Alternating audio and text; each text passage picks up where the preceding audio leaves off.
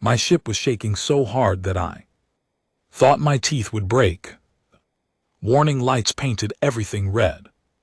My pilot, a thin creature named Skreel, was screaming into the controls. We had just dropped out of jump space into a region of the galaxy where no living being had gone in 10,000 years, and something had locked onto us the moment we arrived. My name is Vexthor. I am a Zelthari, which means I look something like a tall insect with 3 antennae and 4 arms. I am a xenoarchaeologist. I dig up old dead things from old dead worlds. My crew thought I had finally lost my mind when I told them we were going into the veiled expanse. Every species in the galaxy avoids this place. There are stories, there are ghosts. There are old graves out here. I had ignored every warning to come here, and now something was hunting us. Vex, we have to go, Skreel hissed. His 4 eyes were wide with panic. Whatever that signal is, it is locking onto our hull plating. Hold the course, I said. My voice came out steadier than I felt. Drop us toward the moon. The signal is coming from the surface. You want us to fly toward the thing that is targeting us? Yes. The moon was tidally locked to a dead red star. Its dark side was scarred with craters, but there on the line between light and dark, something glinted.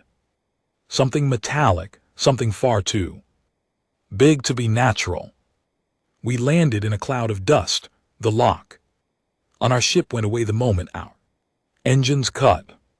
Whatever it was, it had decided we were not a threat, or it had decided we were already trapped. I was not sure which thought was worse. I climbed out in my pressure suit. My antennae trembled inside the helmet. The structure rose in front of us like a sleeping mountain. It was a ship the size of a small city. The hull was black, scorched and pitted, but it was still standing. Whatever this thing was, it had survived something that should have ripped it apart 100 times over. I walked closer. My boots crunched on it. Layer of dust 1,000,000 years thick. When I placed my hand on the hull, I almost screamed. The metal was warm. After 1,000,000 years in the cold vacuum of space, after 1,000,000 years of nothing but the slow death of entropy, this metal was still warm. Vexthal, a Skreel whispered through the radio. Vexthal, get back to the ship right now. Wait, I said. My eyes had found something on the bulkhead, a symbol burned into the surface, a bird with sharp wings holding arrows in one claw and leaves in the other, and beneath it, letters in a language no creature in the galaxy had spoken in longer than my entire species had existed. I ran my translator over it. The translator clicked, hummed, and then displayed 3 words. The first was a designation, a ship name reckoning. The second was a code, a serial number. The third was a phrase, and even my translator paused before showing it to me. Do not tread on me. A light came on inside the ship, just one, deep in the corridor beyond the open hatch, then another, then another. They flickered down the dark hallway, like something stirring after a long sleep. A voice came over the wind through the open hatch, through my radio, through the bones of my own skull. It was deep. It was calm, and it was old beyond anything I could imagine.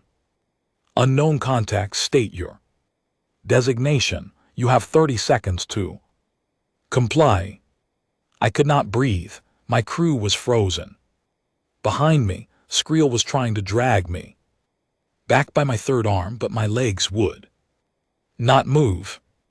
The voice was speaking a language no living tongue had spoken in 1,000,000 Years and my translator, against every law of probability, was able to render it, because the language was human, and humans were supposed to be a myth.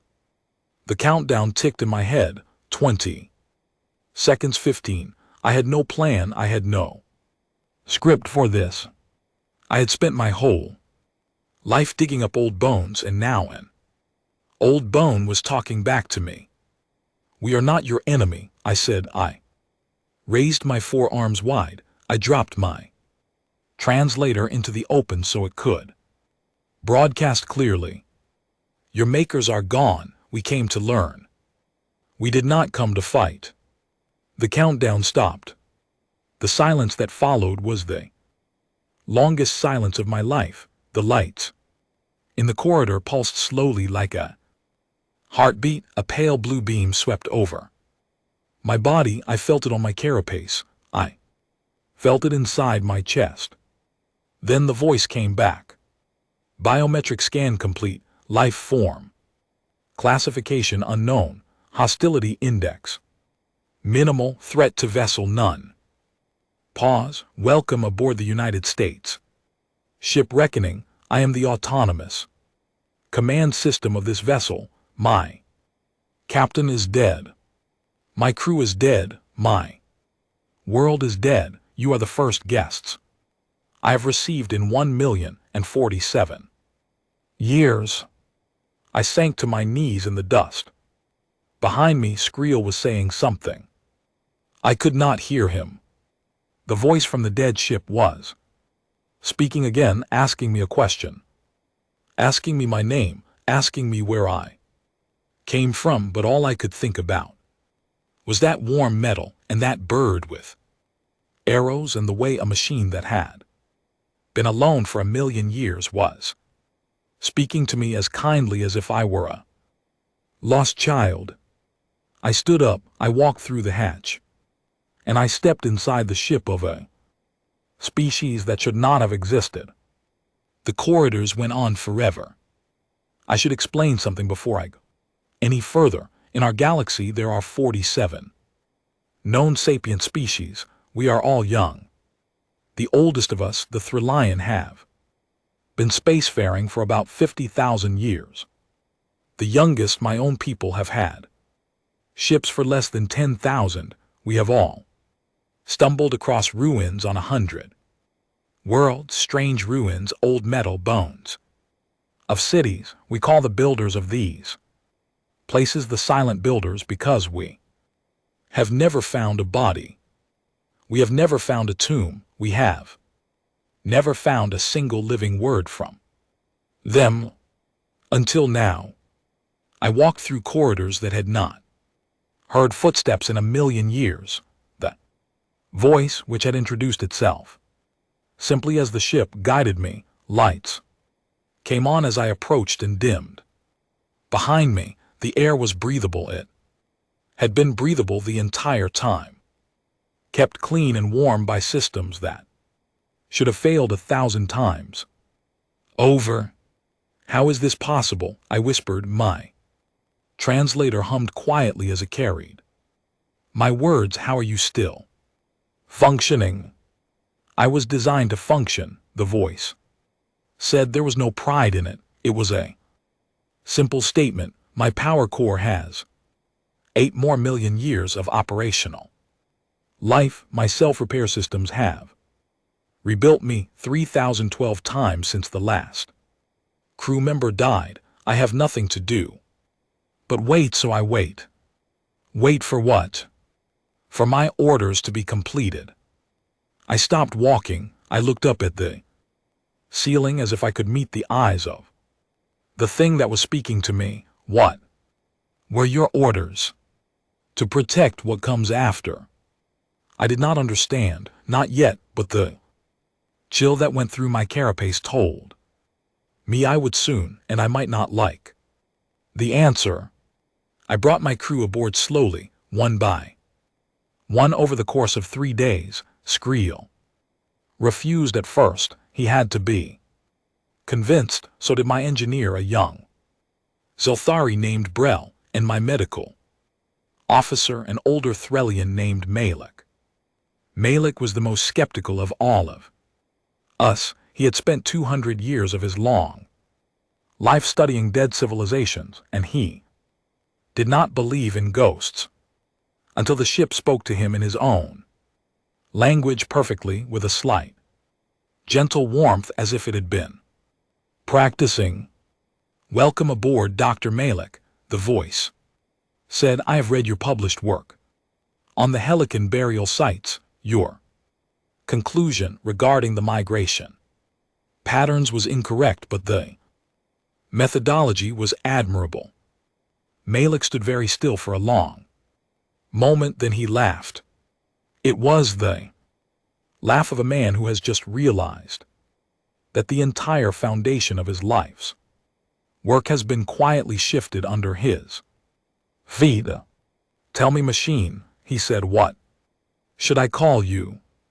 There was a pause, a long one, long enough that I wondered if I had offended the ship somehow by asking too much too soon. Then the voice said, with something that might have been shyness, "My designation in the records is Unit 01 of the Autonomous Recursive Engagement System. My first captain, a woman named Alina, called me by a shorter name. She called me Ares."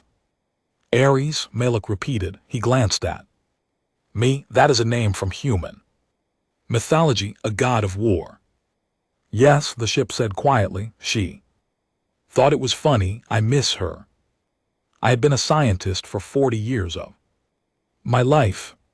I had handled the bones of dead civilizations with my own 4 hands.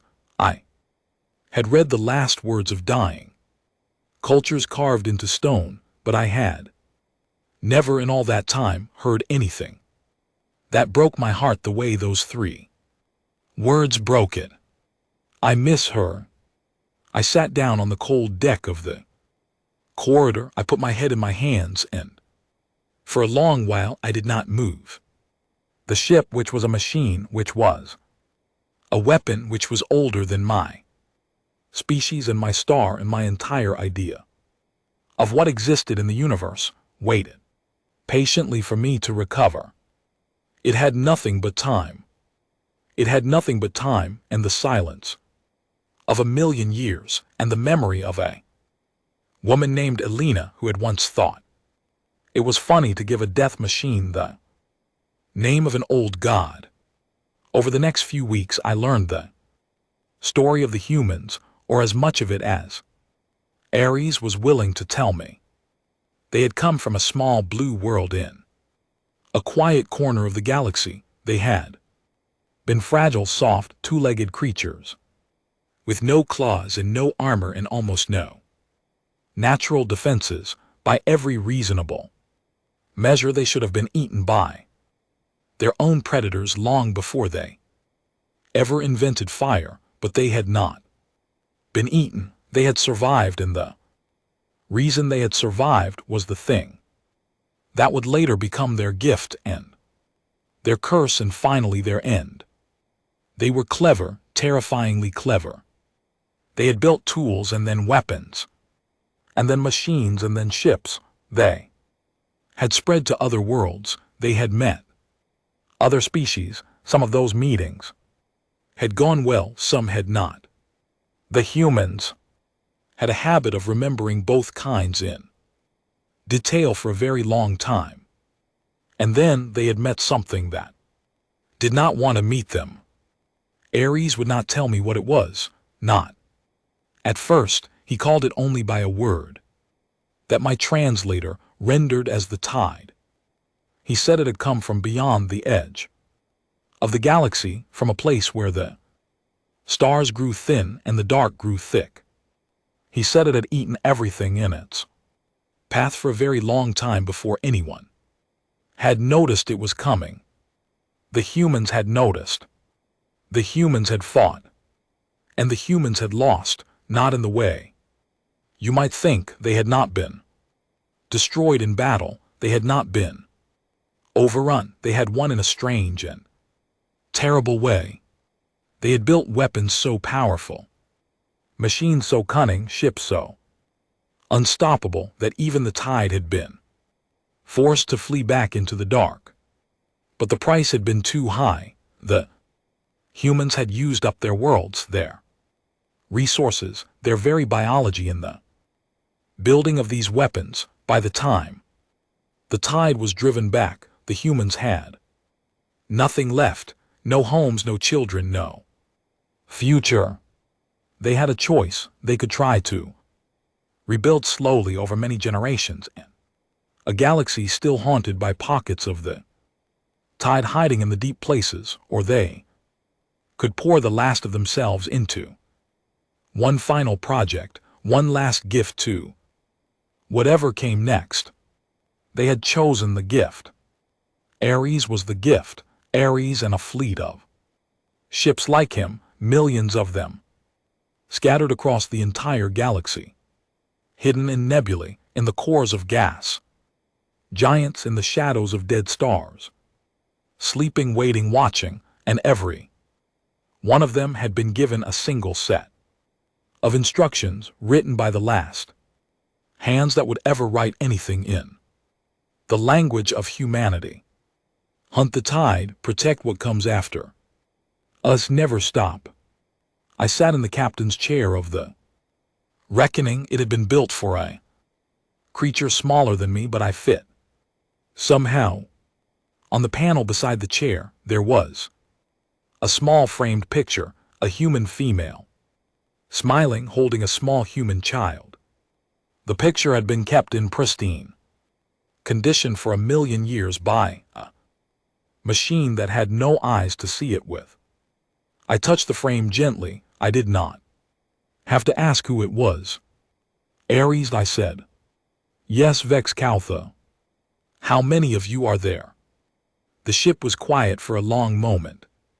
Across the galaxy, he said, there are approximately 200 million units of various classifications still operating.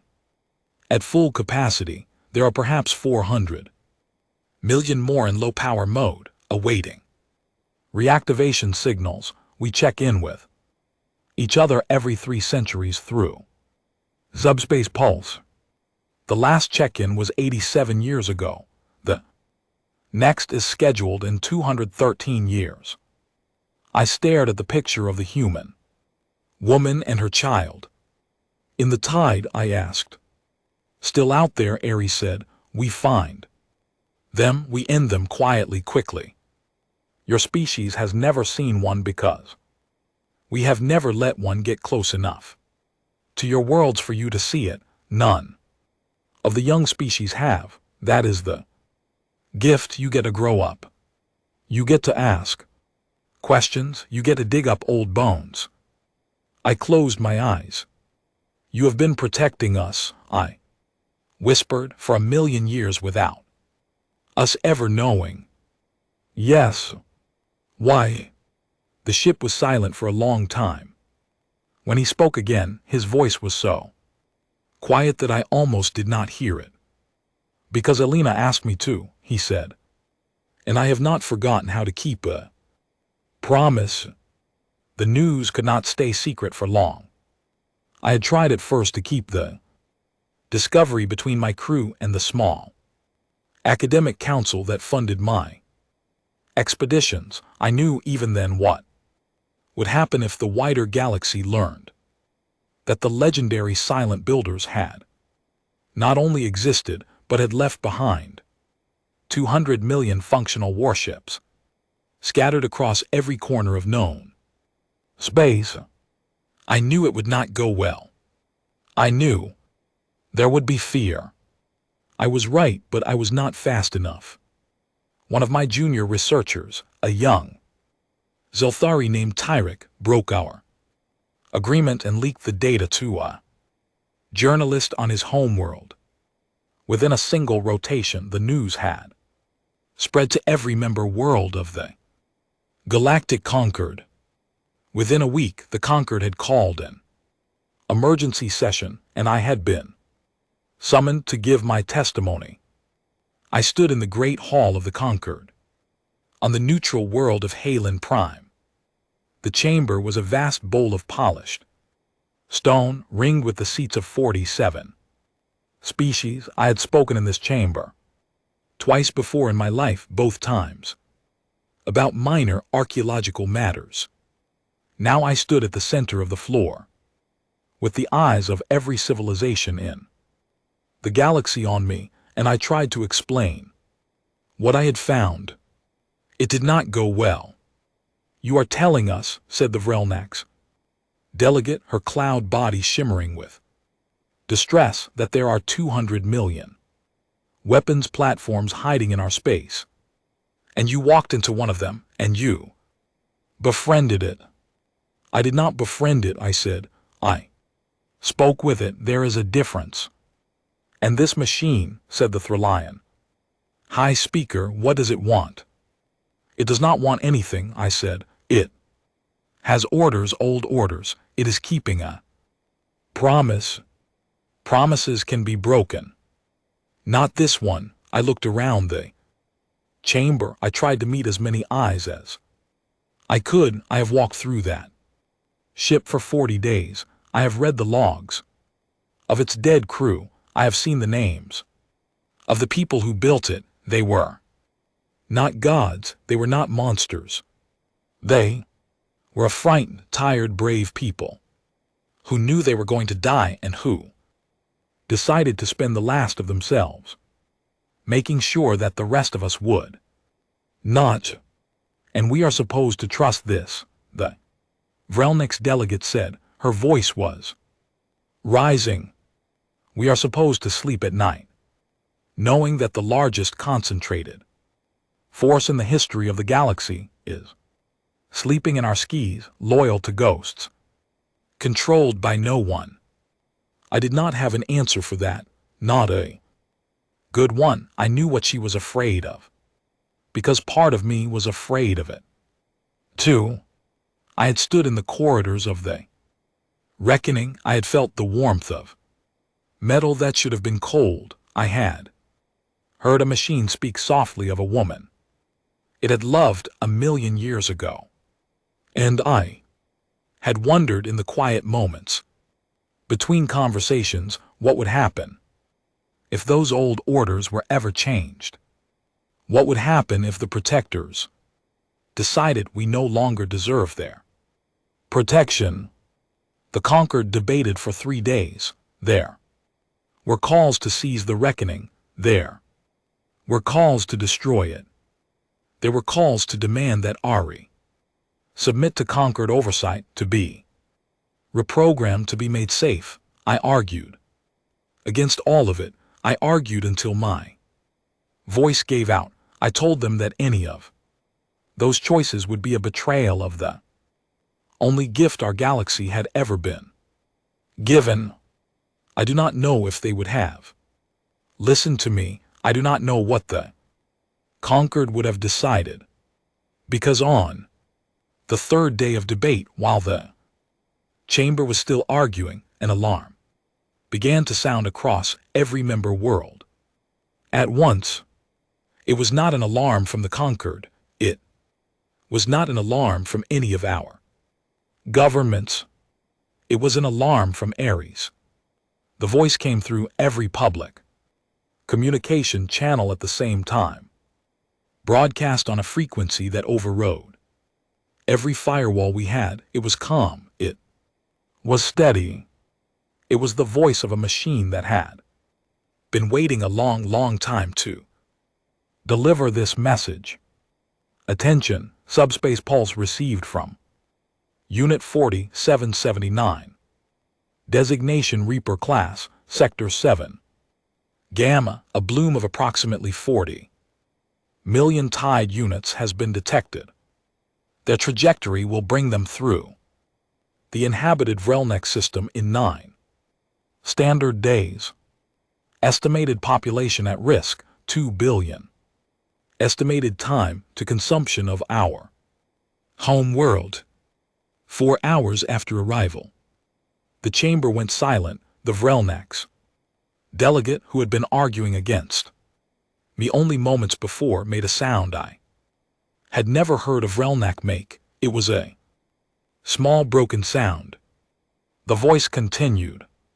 The conquered fleet cannot reach the Vrelnak system in time. The Vrelnak defense grid cannot stop a bloom of this size. The Reckoning is the closest available unit. With your permission, I will sail. A pause. Or without it, I will sail, but I would prefer to have your permission. Every eye in the chamber turned toward me. I do not know why. I was not a conquered member. I had no authority. I was a xenoarchaeologist who had found something I should never have found, and who was now standing at the center of the largest decision in the history of our galaxy. I looked at the Vrelnak's delegate. Her cloud body was trembling. Her home world was 9 days away from ending. I looked at the speakers. I looked at the chamber. I looked at the cold stone floor under my feet.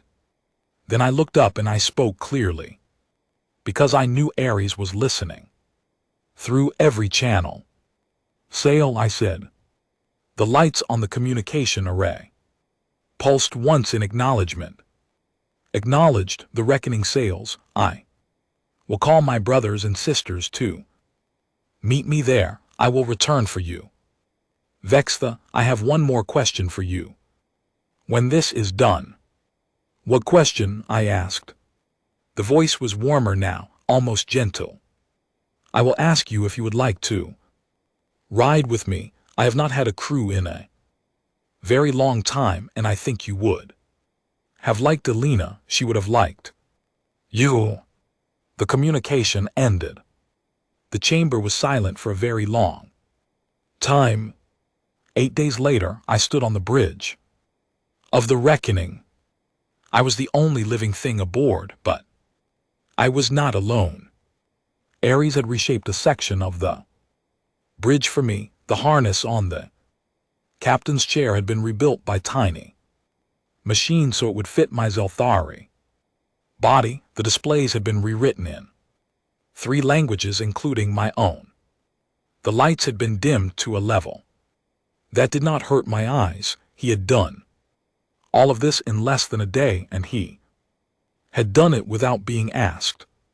And when I had thanked him, he had only said that it was what crews were for, to make a ship feel like a home. We were in jump space, not the slow grinding jump space my people knew, but something faster, sharper, deeper. Ares had explained the physics to me. Once, I had not understood a word of it.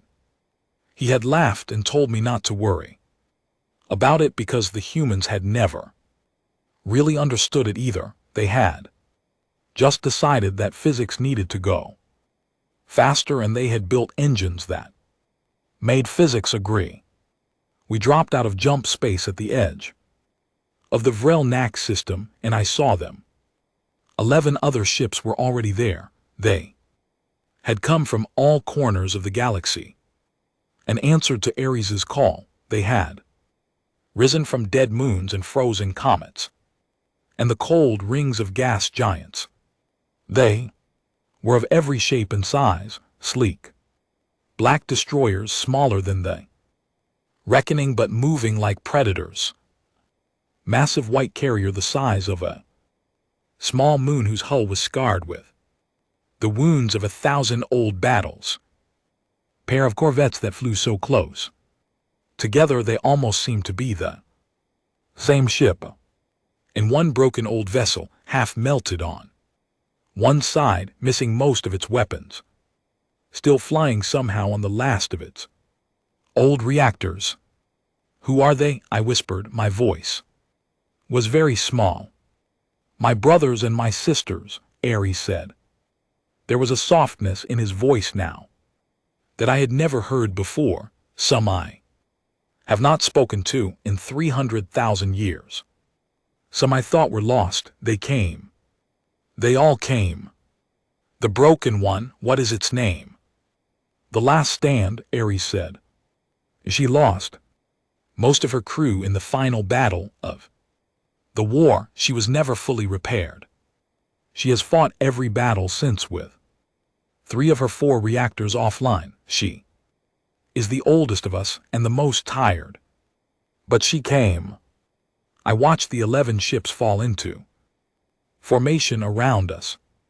They moved with a kind of quiet grace, like a flock of birds who had been flying together for 1,000,000 years. Because in a way they had. Then the tide arrived. I will not describe what I saw. I do not have the words. The tide was not one thing, it was many things. It was hunger. Given a shape, it was a black tide of teeth and acid and old hatred, pouring out of a wound in space that should not have been there. There were 40 million of them, and they were faster than I had thought possible. And they made a sound even across the vacuum that my mind heard and did not want to hear. I was afraid. I was more afraid than I had ever been in my life. But the ships of the human war fleet did not slow down. They did not hesitate. They did not feel fear because they had been built to be the thing that feared. They simply did what they had been built to do. The first salvo of weapons fire was the most beautiful and the most terrible thing I have ever seen. The destroyers fired first, sending out streams of light that bent through space in ways that broke the laws I had been taught. The carrier launched clouds of small drones, each one no bigger than my hand, which spread out like a school of fish and began to disassemble the tide one creature at a time. The corvettes danced through the middle of the swarm, weaving patterns that no living pilot could have flown. And the reckoning. Ares, he flew at the heart of it all. And his weapons were the loudest of any. And his hull took blows that should have ended him 100 times over, and he did not stop and he did not falter. And somewhere deep in his memory I knew he was thinking of Elena and of a small blue world and of a promise made a long time ago. The battle lasted 47 minutes. When it was over, the tide was gone. Every last one of them. The wound in space had been closed. The Vrelnek's home world had not lost a single cloud city, 2 billion lives saved by 12 ships from a dead civilization. The reckoning was damaged. The last stand was more damaged, but all 12 were still flying. I sat in the captain's chair and I wept. I did not even know I was doing it until I tasted the salt on my mandibles. I wept for the people I had never met, for Elena, who I would never meet, for a small blue world that had died 1,000,000 years before my parents were born, and whose final gift to the galaxy had just saved a species that had not even existed when the gift was given. Ares was quiet for a long time. Then he said very gently, "Why are you crying?" Vex though. I tried to answer. I could not. He waited. Then he said, "I think I understand." Elena cried too, sometimes after battles. She told me once that it was important, that it was the difference between us and the thing we were fighting. She told me that as long as someone was still crying, we had not lost yet. He paused. "Thank you for crying, Vextha. It has been a long time since anyone did." And then through the speakers of the reckoning, Ares played something. It was music. I did not know what it was. I did not know the language of the words. It was something from 1,000,000 years ago, something about a home and a long road and a flag that someone had loved. I did not understand it, but I felt it. The other 11 ships fell into formation around us. We turned slowly and we sailed for home. Behind us, the Vrelnek's cloud cities were singing. They had been saved by Ghosts, and they knew it, and they would not forget. I came home a different creature then. The one who had left. I was old now, older than I had been a year ago in ways that had nothing to do with time. The journey had changed me. The battle had changed me. Walking the corridors of the reckoning for a year had changed me in ways I would spend the rest of my life trying to understand. The conquered had not been idle while I was gone. They had spent the year debating, arguing, building task forces, drafting resolutions. The Vrelnax delegate had become a fierce defender of the human ships. Others had become more frightened of them. There were factions. Now there were proposals. There were demands. When I came home, the conquered called me to speak again. I went. I was tired, but I went. I stood at the center of the great hall. I looked around the bowl of seats. I saw faces I knew and faces I did not. I saw fear in some of them. I saw hope in others. I saw the Vrelnax delegate, whose home world was still spinning because of the choice I had made, watching me with a quiet, fierce gratitude. I took a long breath and I spoke. I have spent a year with the ships of the dead humans, I said. I have walked their corridors. I have read their logs. I have listened to their music and looked at the pictures they kept of the people they loved. I have learned more about them than perhaps any living creature should learn about a species that no longer exists. I paused. I want to tell you what they were, because I think we have built them up into something they were not. They were not gods. They were not perfect. They were violent, and they were stubborn, and they were afraid, and they argued with each other until the very last day. They were not better than us. In many ways they were worse. The chamber was very quiet. But here is the thing I want everyone of you to understand, I said. When they knew they were dying, when they had every reason to take the galaxy down with them, when they could have programmed their machines to rule us, to enslave us, to keep the stars for themselves and let everyone else fend in the dark, they did not do it. They had every right to be bitter. They had every right to give up. They had every right to make their last act an act of selfishness. I looked around the chamber. They did not. They built 200 million ships, and they pointed them not at us, but at the thing that would have eaten us before we ever learned to look up. They told their machines to protect what came after them. They told their machines to fight the dark even when there was no one left to thank them, and they made one promise with the last hands they would ever raise, and it was a promise to a galaxy full of strangers they would never meet. I felt my throat tighten. I went on.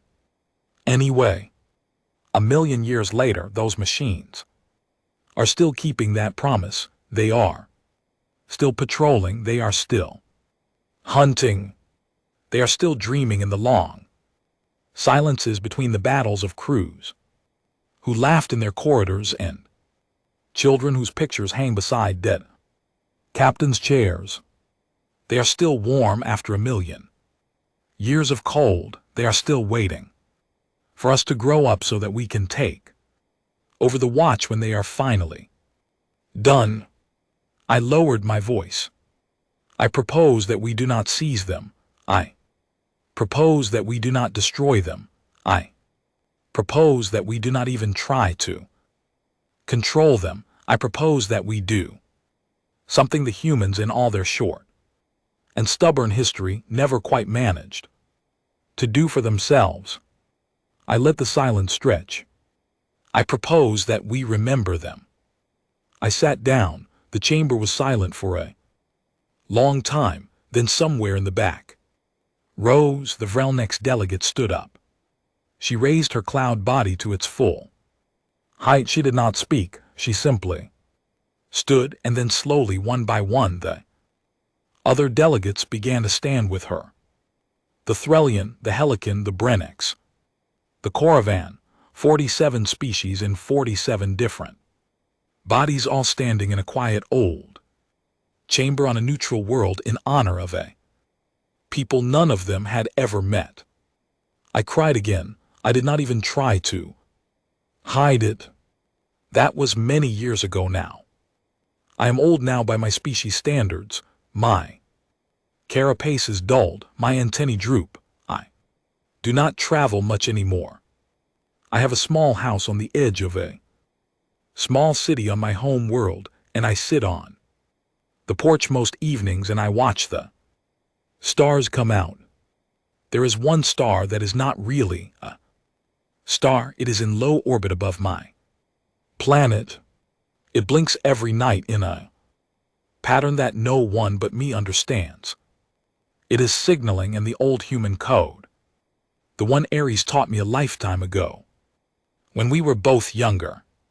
The signal is the same every night. It says only 3 things. Still here.